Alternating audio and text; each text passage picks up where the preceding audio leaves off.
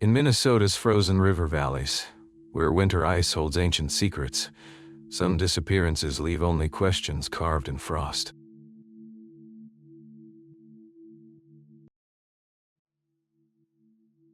January 28, 2023, started like any other bitter Minnesota winter morning in Stillwater County.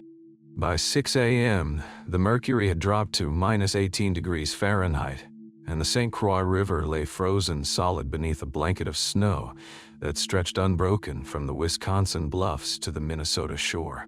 Lars Henriksen had been checking ice road conditions along this stretch of river for 23 winters. At 51, the county road supervisor knew every curve, every shallow spot, every place where spring currents ran just a little too fast for comfort. The ice crossing he maintained served as a vital winter link for local loggers, hauling timber from the Wisconsin side, along with fishermen accessing some of the best walleye holes on the entire Saint Croix. That morning, Lars made his usual rounds in the county's orange Ford F-350, equipped with ice augers, measuring equipment, and thermal sensors.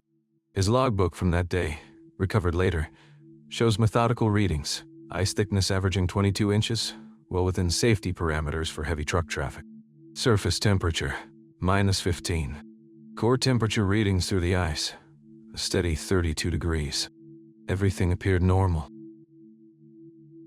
But by 3 p.m., something had begun to change.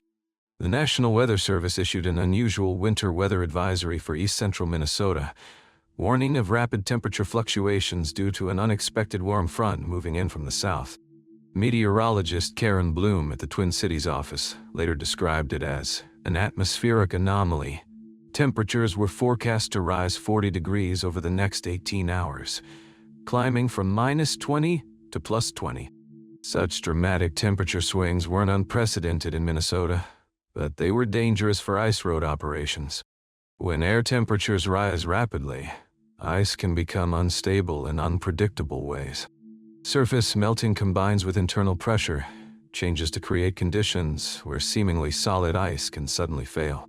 Lars received the weather alert on his county radio at 3:47 p.m. AT.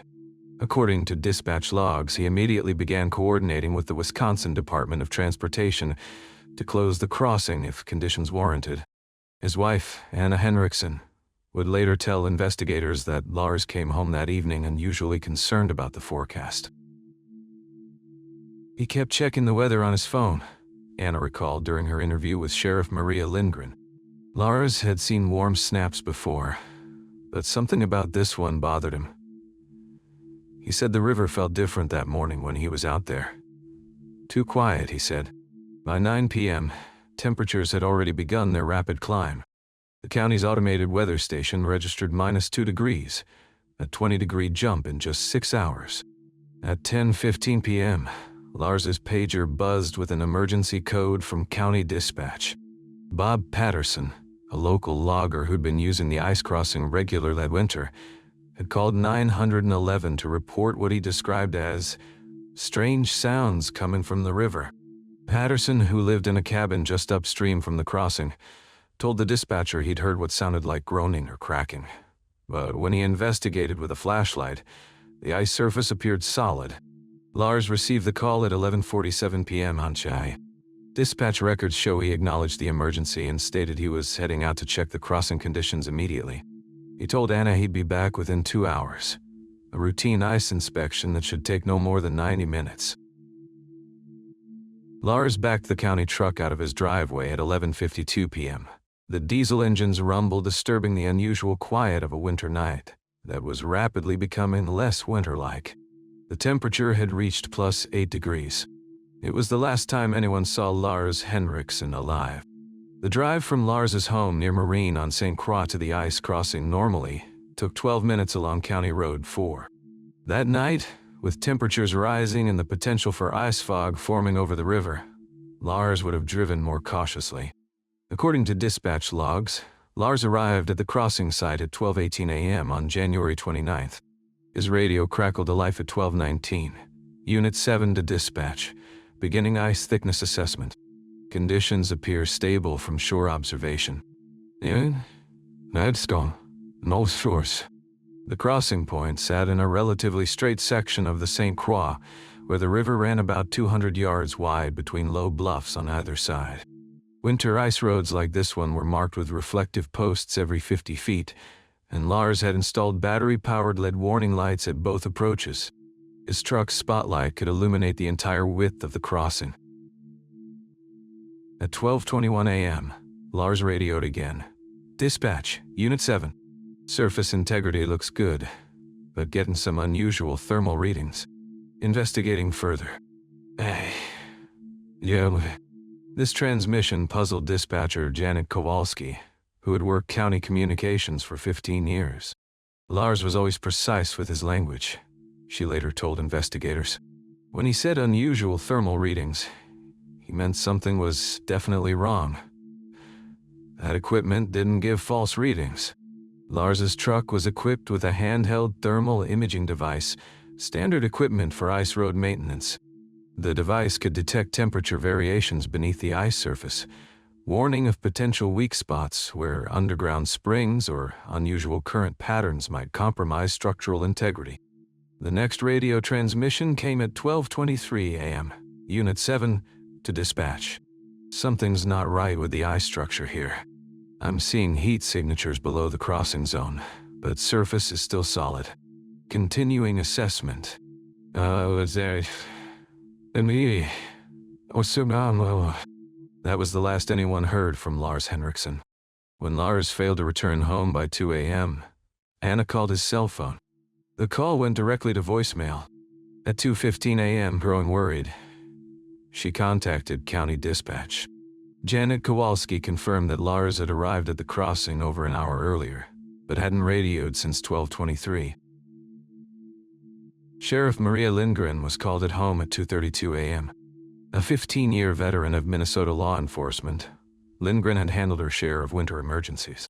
She knew that radio silence from an experienced county employee like Lars usually meant serious trouble. Lindgren arrived at the ice crossing at 3:14 a.m., accompanied by Deputy Tom Carlson. What they found defied explanation. Lars's Orange County truck sat in the middle of the ice road, approximately 50 yards from the Minnesota shore. The engine was running, the driver's door hung open, and the emergency flashers painted the snow in rhythmic red and amber. The vehicle's spotlight remained on, casting a bright cone across the ice toward the Wisconsin side. But Lars was nowhere to be found. Deputy Carlson's report, filed later that morning, documented the scene in methodical detail. Lars's thermal imaging device lay on the ice beside the truck, still powered on, displaying readings that made no sense. The device showed heat sources beneath the ice, but the surface temperature registered -2 degrees Fahrenheit. The ice felt solid under our feet, Lindgren later testified during the official inquiry. We could hear our footsteps echoing, which typically indicates good structural integrity. But when we looked at Lars's thermal readings, we saw what appeared to be warm water flowing beneath us. The sheriff called for backup and began a preliminary search of the immediate area. Fresh footprints in the snow showed that Lars had walked around the truck, apparently taking measurements at different points on the crossing. The prints led to the spot where his thermal device was found, then simply stopped. There were no signs of a struggle, no blood, no indication that Lars had fallen through the ice. Most puzzling, there were no holes in the ice surface anywhere near the truck. At 4:22 a.m., Deputy Carlson made a discovery that would deepen the mystery. Using his own thermal imaging equipment, he confirmed Lars's readings. Something was generating significant heat beneath the ice crossing, creating what appeared to be flowing water in a zone where the river should have been frozen solid. The readings showed water temperature around 55 degrees, about 20 feet down, Carlson documented. But ice thickness measurements with the auger showed solid ice all the way to the riverbed. It didn't make sense. By dawn, word of Lars's disappearance had spread through the tight-knit community. Volunteers began gathering at the crossing site, but Sheriff Lindgren made the decision to restrict access until county ice rescue specialists could assess the safety of the area. The mystery had only begun. Sheriff Maria Lindgren had investigated missing persons cases throughout her 15-year career, but nothing quite like this. By 8 a.m. on January 29th, she had cordoned off the ice crossing and called in the Stillwater County Ice Rescue Team, a specialized unit trained for water emergencies in Minnesota's challenging winter conditions. Team leader Captain Steve Morrison arrived with 4 divers and underwater detection equipment. Morrison, a former Navy diver who had moved to Minnesota after military service, understood the complexities of winter water rescue better than most. His initial assessment raised more questions than it answered. "The ice was structurally sound everywhere we tested," Morrison documented in his preliminary report. 20 to 24 inches of solid ice, consistent with normal winter conditions. But the thermal readings Lars had recorded were accurate. We confirmed significant heat sources beneath the crossing zone. Using sonar equipment, the rescue team mapped the river bottom directly below where Lars's truck had been found. The Saint Croix ran about 18 feet deep at that point, with a sandy bottom and minimal current during winter months. What the sonar revealed was unexpected. Several large, geometric shapes on the riverbed that didn't appear on any previous surveys. Meanwhile, Lindgren began interviewing members of Lars's family and co-workers. Anna Henriksen proved to be a valuable source of information about her husband's recent observations. During their conversation at the Henriksen home, a modest rambler overlooking the river valley, Anna revealed details that added new dimensions to the investigation. Lars had been keeping his own records for the past month, Anna told the sheriff, producing a spiral notebook filled with her husband's meticulous handwriting. He said some of the county's electronic equipment was giving strange readings, so he started double-checking everything manually. The notebook contained entries dating back to December 15, 2022. Lars had documented ice thickness, temperature readings, and weather conditions for multiple locations along his route. But starting in early January, his notes included observations that seemed increasingly concerned. January 8th, entry: thermal sensors showing warm spots near marker 7. Checked twice. Readings consistent but unexplained. January 15th. Fish house owner reports unusual number of dead fish surfacing near crossing. Water too cold for natural die-off. No.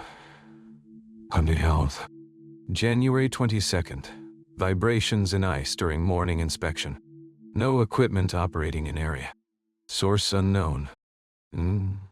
Naturium. Sheriff Lindgren photographed each page of the notebook, recognizing that Lars's observations might be crucial to understanding his disappearance. The final entry, dated January 27th, was particularly troubling. Heat source getting stronger? County equipment confirms abnormal readings. Need to investigate source before crossing becomes unsafe. That afternoon, Lindgren interviewed Lars's supervisor, Stillwater County Highway Superintendent Dale Kowalski. Kowalski, who had worked with Lars for over a decade, confirmed that the missing man had reported equipment anomalies in recent weeks. "Lars was our most reliable supervisor," Kowalski stated during the recorded interview. "He knew that river better than anyone. If he said something was wrong with the ice conditions, we took it seriously. That's why we'd scheduled a comprehensive assessment for February 1st. Kowalski also revealed that Lars had been in communication with the Minnesota Department of Natural Resources about his thermal readings. DNR hydrologist Dr. Jennifer Walsh had planned to visit the crossing site the week of Lars's disappearance to conduct independent measurements. Dr. Walsh, contacted by phone from her office in St. Paul, confirmed the planned assessment. "Lars's data was concerning," she told Lindgren. "Heat sources beneath winter ice can indicate underground springs, but the temperatures he was recording were too high and too localized for natural groundwater. We suspected some kind of artificial heat source." As the investigation continued, Deputy Carlson conducted interviews with local residents who regularly used the crossing. Bob Patterson, the logger whose initial call had brought Lars to the scene, provided additional context about recent changes in the area. "I've been crossing that ice for 12 winters," Patterson told Carlson during an interview at his riverside cabin. "This year felt different. The ice sang different, if you know what I mean. Usually, you hear settling sounds, natural creaking. But lately, it's been more like humming. like something running underneath. Patterson also mentioned increased activity along the Wisconsin shoreline during December and January.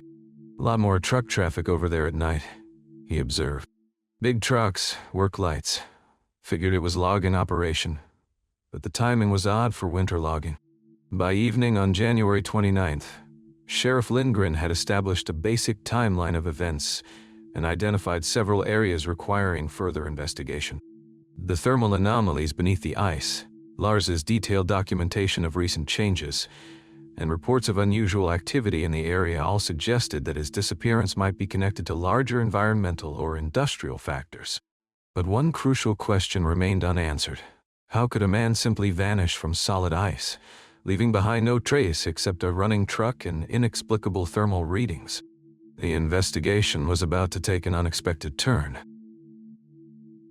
On January 30th, Sheriff Lindgren received an unexpected call that would reshape her understanding of the case. Dr. Sarah Kingbird, a fisheries biologist with the Saint Croix Chippewa Natural Resources Department, had been monitoring unusual fish mortality patterns in the river system for the past 6 weeks. Dr. Kingbird, an enrolled member of the Saint Croix Chippewa and a graduate of the University of Minnesota's fisheries program, had established herself as one of the region's leading experts on Saint Croix River ecology. Her call to the sheriff's office came after she learned about Lars Henriksen's disappearance through tribal communication networks.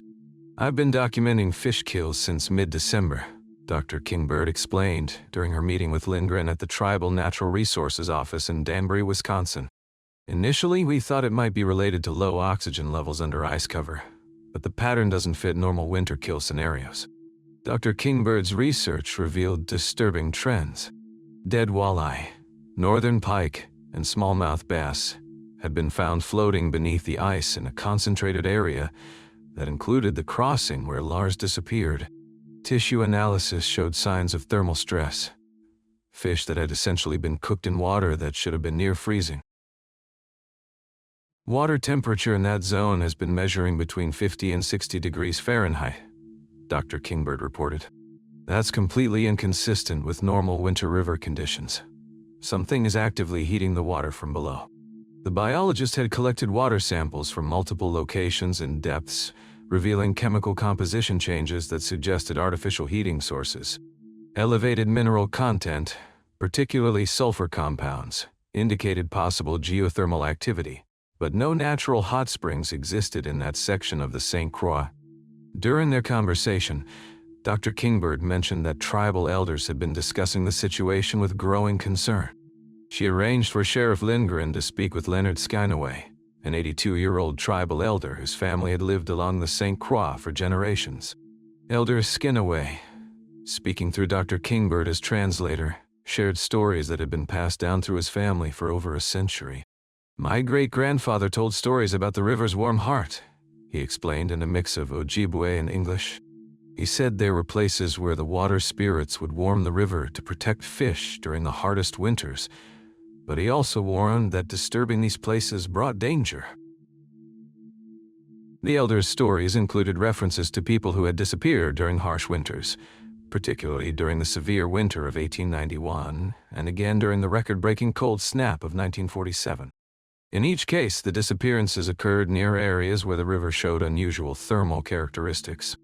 The old stories say that when men try to control the river's warm places, the river takes them, Elder Skinaway continued. Not as punishment, but as protection for the balance that keeps the waters alive. Intrigued by these historical references, Sheriff Lindgren asked Dr. Kingbird to help research documented disappearances from those earlier periods. What they found in tribal archives and county records was striking. In February 1891, 2 loggers named Johan Carlson and Eric Lindholm vanished while checking ice conditions near the present-day crossing location. Both men's sleds were found on solid ice, but neither body was ever recovered. County records from that era mentioned unusual warm spots in the river that winter. During January 1947, a Department of Natural Resources supervisor named Robert Mackenzie disappeared while investigating reports of ice instability in the same general area. Like Lars, Mackenzie had been responding to reports of thermal anomalies beneath the ice. His truck was found running with the door open, and he was never seen again. The pattern is remarkably consistent across 75 years, Dr. Kingbird observed. Each disappearance occurred during severe winters, in the same general location, and in connection with unexplained heating of the river water. The biologist also shared concerning data about recent environmental changes in the watershed. Beginning in late November 2022, our monitoring equipment had detected increased seismic activity, small tremors that suggested underground disturbance in the bedrock beneath the river. The Saint Croix flows through limestone and sandstone formations, Dr. Kingbird explained. These geological layers can be affected by drilling or excavation. The seismic signatures we're seeing are consistent with human activity rather than natural geological processes. Sheriff Lindgren asked Dr. Kingbird to provide all of her environmental data for the investigation file. The biologist agreed, but also issued a warning based on both scientific evidence and traditional knowledge. Whatever is causing these thermal anomalies is disrupting a delicate ecological balance, she stated. The fish kills are just the beginning. If the heating continues, we could see major environmental damage throughout this section of the river. And based on historical patterns, more people could disappear. As Lindgren drove back to Minnesota that evening, she reflected on the convergence of scientific data and traditional knowledge. Both pointed to the same conclusion. Something was artificially heating the Saint Croix River from below, and that activity was connected to a pattern of disappearances spanning multiple generations. The question now is whether Lars Henriksen's disappearance was the result of natural forces protecting the river's balance, or something far more human and deliberate. 3 days after Lars Henriksen's disappearance, Tom Anderson sat in his cluttered office above Main Street, surrounded by decades of back issues of the Stillwater Gazette. As the newspaper's publisher and editor, Anderson had covered his share of local mysteries. But something about the ice road incident nagged at him. The thermal readings, the federal involvement, the sudden appearance of corporate representatives, none of it added up to a simple missing person case. Anderson began where he always did, the public records. Stillwater County's permit database revealed something interesting. In November 2022, just 3 months before Lars's disappearance, a company called Northland Geothermal Solutions had filed exploration permits for sites along the Saint Croix River. The permits covered a 12-mile stretch that included the exact location where Lars had vanished. The company's application described preliminary geothermal assessment activities and subsurface temperature monitoring. According to the documents, Northland claimed the Saint Croix River Valley showed promise for geothermal energy development, citing unusual thermal signatures detected in satellite surveys. The permits were approved with little fanfare, just another routine filing in a county hungry for economic development. But when Anderson cross-referenced the permit locations with recent satellite imagery available through the state's environmental monitoring system, he discovered something troubling. The images showed clear signs of recent activity. Access roads cut through the forest, equipment staging areas, and what appeared to be drill sites. All of this within a quarter mile of where a Lars truck had been found. Northland Geothermal Solutions, however, maintained they had conducted no active operations. In a carefully worded statement provided to the Gazette, company spokesman Derek Paulson insisted that the permits were precautionary measures for future potential development. He claimed no drilling had occurred and suggested that any ground disturbance visible in satellite images was likely from logging operations or natural causes. The statement didn't satisfy Anderson. He reached out to his contacts at the county assessor's office, where longtime employee Janet Olson had worked with Lars on numerous occasions. According to Olson, Lars had been meticulous about documenting unusual conditions in his sector reports. In the weeks before his disappearance, those reports had included several mentions of temperature anomalies along his regular routes. Olson provided copies of Lars's electronic logs, which painted a concerning picture. Beginning in late December, Lars had recorded ground temperatures that seemed impossible for a Minnesota winter. His handheld infrared thermometer registered readings of 45 to 50 degrees Fahrenheit in areas where the air temperature was well below zero. The readings were concentrated around mile markers that corresponded exactly to Northland's permitted sites. Lars's notes revealed his growing concern. On January 10th, he wrote, "Ice thickness measurements don't match thermal readings. Something causing localized warming. Need to investigate further." His final entry, dated January 27th, just 2 days before his disappearance, was more direct. Equipment showing thermal spikes near drill sites. Company trucks observed in area. Possible safety hazard. Armed with this information, Anderson attempted to contact Northland directly. The Minneapolis office number listed on the permits reached an answering service. A return call came from a different number, a cell phone registered to Derek Paulson, the same spokesman who had issued the company's denial. Paulson agreed to a phone interview but seemed increasingly uncomfortable as Anderson's questions became more specific. Paulson acknowledged that the company had conducted some preliminary site assessments, but insisted these involved only surface measurements and soil sampling. When pressed about the thermal readings in Lars's reports, Paulson suggested they might be caused by natural geothermal activity or underground springs. He dismissed the mention of company trucks as mistaken identity and suggested Lars might have seen vehicles from other industrial operations in the area. But Anderson had done his homework. There were no other permitted industrial activities within 10 miles of the locations Lars had identified. Moreover, the timing was too precise to be coincidental. The thermal anomalies had appeared exactly when Northland's permits took effect, and they were concentrated precisely where the company had requested access. The investigation took another turn when Anderson discovered that Northland Geothermal Solutions was a subsidiary of Apex Energy Development, a much larger corporation with operations across the upper Midwest. Apex had faced regulatory challenges in other states for environmental violations related to geothermal projects. In North Dakota, the company had paid substantial fines for groundwater contamination. In Wisconsin, they had abandoned a project after causing subsidence that damaged local infrastructure. Most troubling was a case from northern Minnesota, where an Apex geothermal project had been linked to the sudden collapse of a frozen lake in 2017. 2 ice fishermen had died when their shelter fell through ice that had been stable just hours before. The incident had been attributed to natural causes, but environmental groups had raised questions about nearby drilling activities that were never fully investigated. As Anderson compiled his findings, he began to understand why federal authorities had taken such quick interest in Lars's disappearance. This wasn't just a missing person case. It was potentially an environmental disaster with corporate liability implications. The thermal readings, the ice instability, the company's presence in the area, it all pointed to industrial activities that had gone far beyond the scope of the approved permits. But proving that connection and finding out what had really happened to Lars Henriksen on that January night would require more than newspaper investigation. It would require answers that powerful interests seemed determined to keep buried.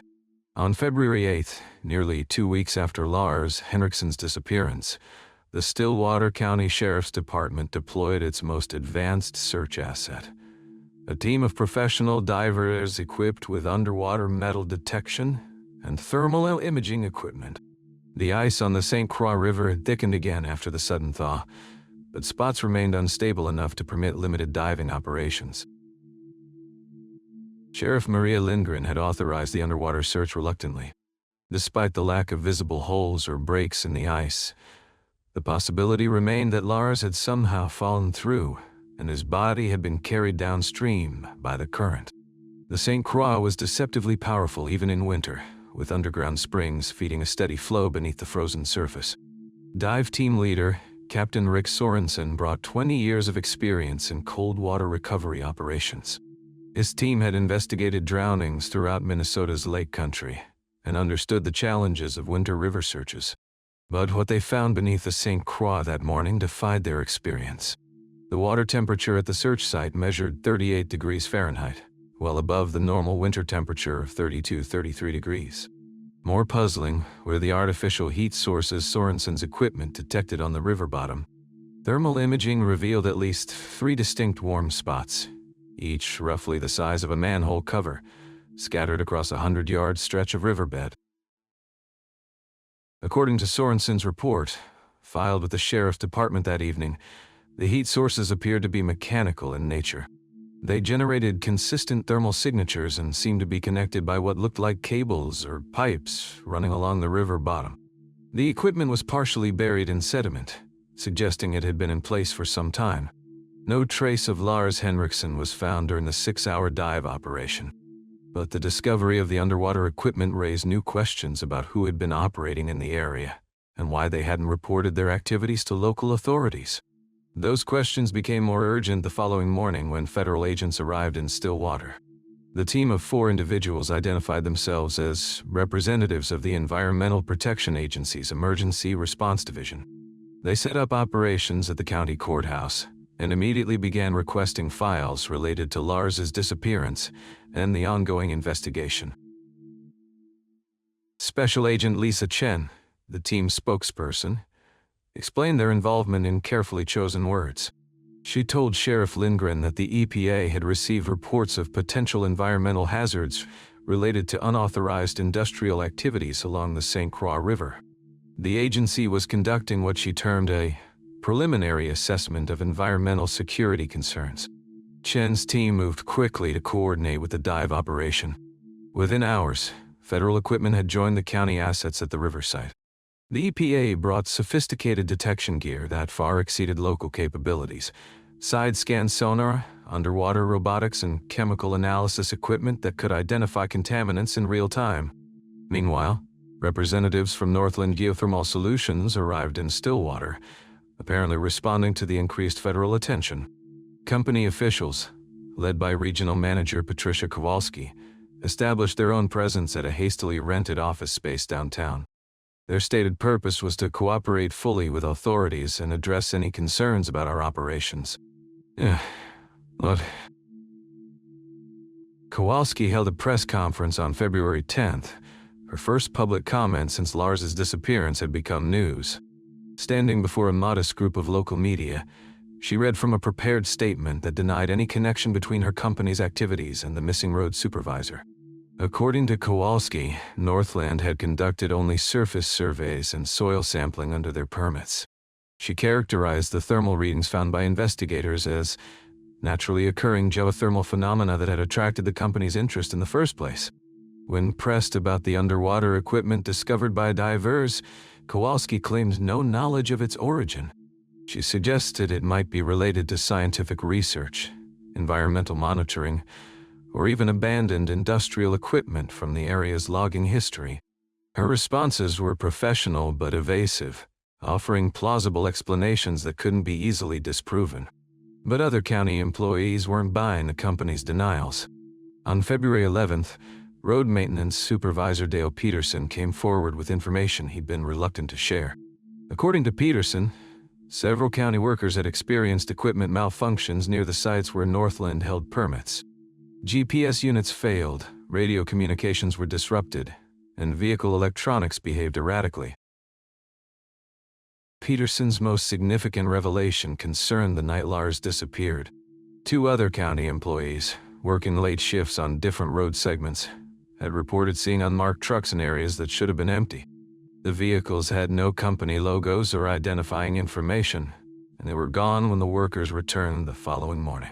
Lars wasn't paranoid, Peterson told investigators. He was careful, methodical. If he said something was wrong with the ice, something was wrong. If he mentioned company trucks where they shouldn't be, they were there. The federal investigation expanded again when EPA testing of river water samples revealed traces of industrial chemicals, not normally present in natural waterways. The compounds, including specialized drilling fluids and thermal exchange materials, suggested active geothermal operations despite company denials. Agent Chen's team began a systematic survey of the riverbank, using ground-penetrating radar to map subsurface activity. Their equipment detected a network of pipes, cables, and cavities that extended far beyond what would be expected from simple soil sampling. The underground installation appeared to be sophisticated and extensive, suggesting months of construction and deployment. Faced with mounting evidence, Northland's representatives modified their public statements. In a February 12th press release, the company acknowledged that their preliminary assessment activities had been more extensive than initially described. They admitted to installing monitoring equipment but maintained it was temporary and within the scope of their permits. Company officials continued to deny any connection to Lars Henriksen's disappearance. They pointed out that their equipment was designed to monitor temperature and ground stability, activities that should have made the area safer, not more dangerous. Any thermal effects, they argued, were the result of natural geothermal activity that their equipment was designed to measure, not create. But as the investigation entered its third week, a troubling picture was emerging. A veteran county employee with intimate knowledge of local conditions had vanished while investigating thermal anomalies that corresponded exactly to corporate activities. Federal authorities were treating the case as an environmental security issue. And despite mounting evidence of extensive industrial operations, the responsible company continued to maintain its innocence. The question that haunted Sheriff Lindgren and the growing team of investigators was simple but profound. What had Lars Henriksen discovered on the ice that January night, and how far would powerful interests go to keep that discovery buried? 3 weeks into the investigation, the breakthrough came from an unexpected source. On February 18th, maintenance technician Sarah Grimsby was performing routine service on the county's radio communication system when she discovered something that had been overlooked in the initial investigation. The digital recording equipment that captured all emergency radio traffic had a backup storage system that preserved transmissions for 60 days before automatic deletion. Buried in the archived files was Lars Henriksen's complete final radio call, including portions that had never been broadcast over the department's main channels. The standard investigation had captured only the official emergency transmission at 12:23 a.m., but the backup system had recorded several minutes of additional communication on a secondary frequency that Lars sometimes used for equipment coordination. Sheriff Lindgren listened to the recovered audio in her office, accompanied by Agent Chen and prosecutor Janet Olson. What they heard painted a disturbing picture of Lars's final minutes. After his official report of ice instability, Lars had continued transmitting on the secondary channel, apparently not realizing his radio had automatically switched frequencies. The additional recording captured Lars's voice, tense but controlled. "There are company trucks here, 3 vehicles, no markings. They've got equipment running, looks like some kind of heating system under the ice. This isn't natural warming. This is deliberate." There was a pause. Then, "I can see drill housing, piping, electrical connections. This is way beyond anything permitted. Someone's been running a full operation here." The final portion of the transmission was more troubling. Lars could be heard leaving his truck, his footsteps crunching on ice. "I need to document this," he said, apparently speaking to himself. "County needs to know what's really happening out here." Then came the sound of voices in the background, multiple people, though their words were indistinct. Lars's voice became urgent. "Hey, you guys need to explain what you're doing on County Road right away. This area is supposed to be clear." The recording ended abruptly at 12:31 a.m., 8 minutes after Lars's official emergency call. Whatever happened next occurred without radio documentation. Armed with this evidence, federal investigators intensified their pressure on Northland Geothermal Solutions. APA analysis had confirmed that the company's operations extended far beyond their permitted activities. The underground thermal system discovered by divers was sophisticated enough to alter ice conditions across several acres of river surface. More significantly, the timing of the system's activation corresponded exactly with the thermal readings Lars had been tracking in his county reports. Faced with mounting evidence and potential criminal liability, Northland's parent company, Apex Energy Development, agreed to cooperate with investigators in exchange for limited immunity. What emerged was a story of corporate ambition, regulatory shortcuts, and a project that had spiraled beyond anyone's control. According to company records provided to federal prosecutors, Northland had been conducting an unauthorized pilot project to test geothermal extraction techniques in the Saint Croix River Valley. The operation used heated fluid circulation systems to create controlled thermal zones beneath the ice, simulating the effects of deeper geothermal drilling. The goal was to collect data that would support future permit applications for a much larger facility. Company executives claimed they never intended the project to pose safety risks. The thermal systems were designed to operate at levels that would warm the ground and water, but not compromise ice stability. However, internal company emails revealed growing concerns about equipment malfunctions and unexpected thermal effects in the weeks before Lars's disappearance. A January 25th message from Project Supervisor David Marsh to corporate headquarters read, "Thermal output higher than design parameters. Ice thickness reduced by 60% in target zones. Recommend immediate shutdown pending system review." The response from corporate management was blunt. Continue operations as planned. Adjust monitoring protocols to account for seasonal variations. Lars Henriksen had discovered the operation at its most dangerous phase. The thermal systems had been running continuously for 6 weeks, creating precisely the ice instability he had detected in his measurements. When he arrived at the site on January 29th, he had encountered not just the equipment but also company personnel conducting emergency repairs on systems that were overperforming beyond safe parameters. But what exactly happened during Lars's confrontation with the company crew remained unclear. The 3 employees present that night, identified through company payroll records and vehicle assignments, provided coordinated statements through corporate attorneys. According to their account, Lars had approached the worksite, asked questions about their activities, and been given a brief explanation of permitted environmental monitoring. They claimed he had seemed satisfied with their responses and had left the area without incident. The workers insisted they had no idea what had happened to Lars after he returned to his truck. They completed their repairs and left the site around 1:30 a.m., they said, nearly an hour after Lars's radio transmission had ended. None of them could explain why his truck had been found running with the door open, or why no footprints led away from the vehicle. Federal prosecutors found the company's account implausible, but struggled to prove criminal conduct without Lars's body or direct evidence of foul play. The thermal systems had been shut down and partially removed by the time investigators gained access to the site. Company records had been sanitized, and the employees' stories aligned too perfectly to suggest spontaneous truthfulness. As spring arrived in Stillwater County, the ice on the Saint Croix River began its annual breakup. The timing created the final opportunity to search areas that had been inaccessible during winter.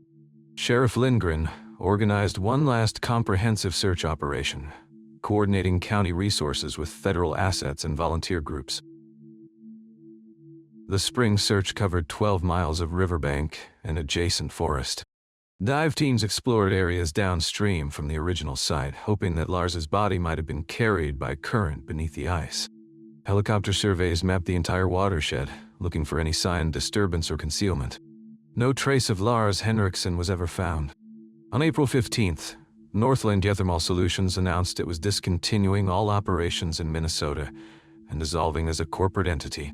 Apex Energy Development paid substantial fines to state and federal environmental agencies, but admitted no wrongdoing in connection with Lars's disappearance. The company's Minnesota assets were liquidated, and its executives relocated to operations in other states. The federal investigation was sealed under environmental security provisions, with most documents classified for national security reasons. Sheriff Lindgren was told that the case would remain open at the local level, but that federal authorities had concluded their involvement. Today, more than a year later, Lars Henriksen remains officially listed as a missing person. His truck has been returned to his family, his county employment records archived. The Saint Croix River flows undisturbed through Stillwater County, its winter ice forming and melting in natural cycles that show no trace of artificial interference. But questions linger in the community that knew Lars best. Did a dedicated county employee stumble onto corporate malfeasance and pay with his life? Was his disappearance the result of industrial accident, deliberate concealment, or something else entirely? And in a case where powerful interests align to bury the truth, will justice ever emerge from the frozen silence of that January night? The only certainty is that somewhere beneath the Minnesota snow, the answers to Lars Henriksen's fate remain buried as deep as the corporate secrets that may have cost him everything. If this case stays with you, you're not alone. Here at Unresolved America, we cover cases like this every single day. Stories that deserve to be remembered, questions that refuse to fade. If you want to keep these investigations alive, hit that subscribe button and turn on notifications so you never miss a case. Drop a like if this story moved you, and leave a comment telling us which detail haunts you most. Until tomorrow, stay curious, stay vigilant, and never stop asking questions.